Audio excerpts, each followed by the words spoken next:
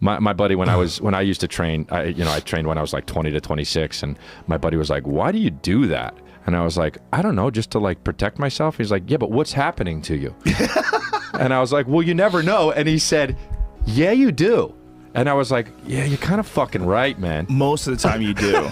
He's kind of right, and then he's definitely not right all the time, because obviously people get fucked up all the time. Of course. But he's like, you kind of know where you're always going to be, and it's going to be fine.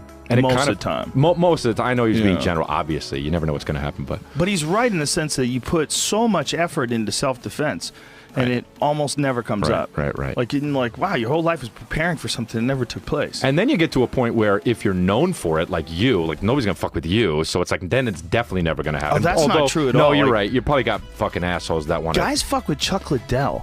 That's how crazy people are. That's so insane to me, yeah. I mean, Chuck Liddell, if you ever look in his eyes, he has the eyes of a leopard seal. Like, you look in his eyes. He really is a predator. I know. He's a fucking straight-up predator.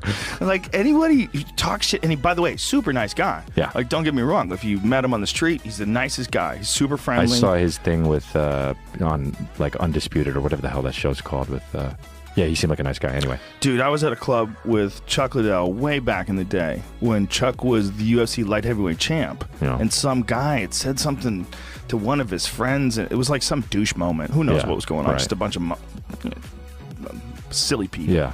You know? And his buddies, everybody was meatheads. It was meatheads on both sides.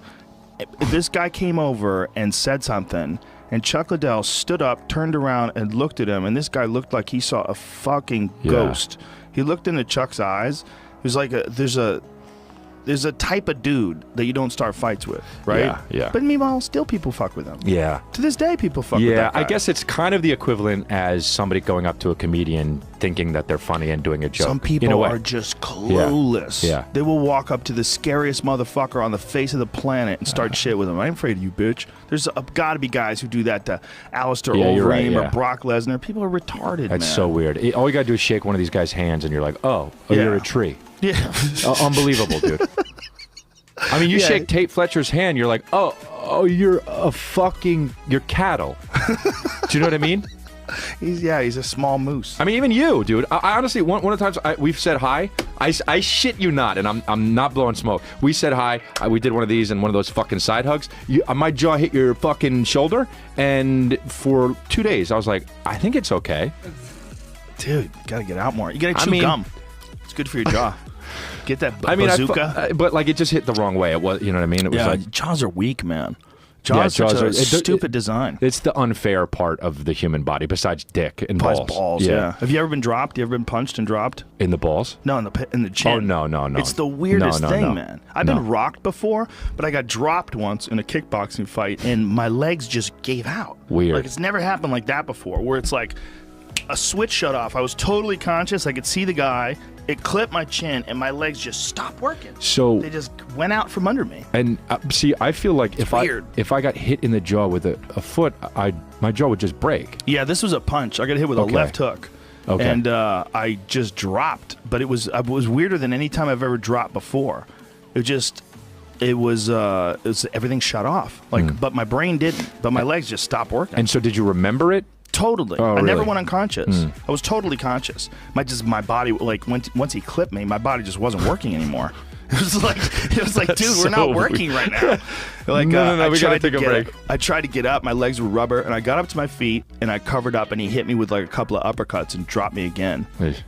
But the whole time, like, my body was just not working anymore. Once he clipped me. Oh, really? Like even minutes afterwards. Oh, for sure. Oh, wow, that's so fucking weird. I couldn't move. Like, I was trying to get up and just wasn't working right. Oh my God, that's got to be frustrating.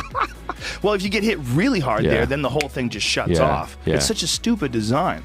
Yeah. Like, it's relatively hard to knock someone out unless you hit. That's weird. Like, people get caught in strange ways. Yeah. And they get knocked. Like, there's no science to when you get knocked out. Well, also, you got to worry about, like, when you're hitting the ground, too. Like, that could fuck you up. Well, there was a UFC fighter named Tim Hague who just died a week or so ago. Really? Right? It was about a week ago. He was in a boxing match, and apparently he'd suffered quite a few knockouts in the last year or so, and they really probably shouldn't have been fighting at all. And he got knocked out, and as he got KO'd, his head hit the ground hard as he was out cold.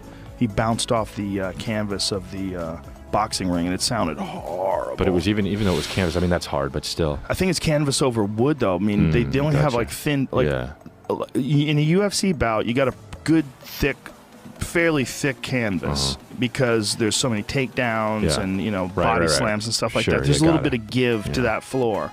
But on boxing rings, it can be considerably stiffer. And there's different schools of thought. Like some people like a really soft floor because it makes it harder for guys to run. Like it's like almost like running in sand. You know, and also safer if you get knocked out. Like more of a mat. Yeah, more of a mat. Yeah. But the UFC is like a mat surface, but it's covered in canvas, which is kind of fucked up because you never grapple on canvas until you fight in the cage, and then you get ripped up. Like everybody gets torn apart by the canvas. Yeah.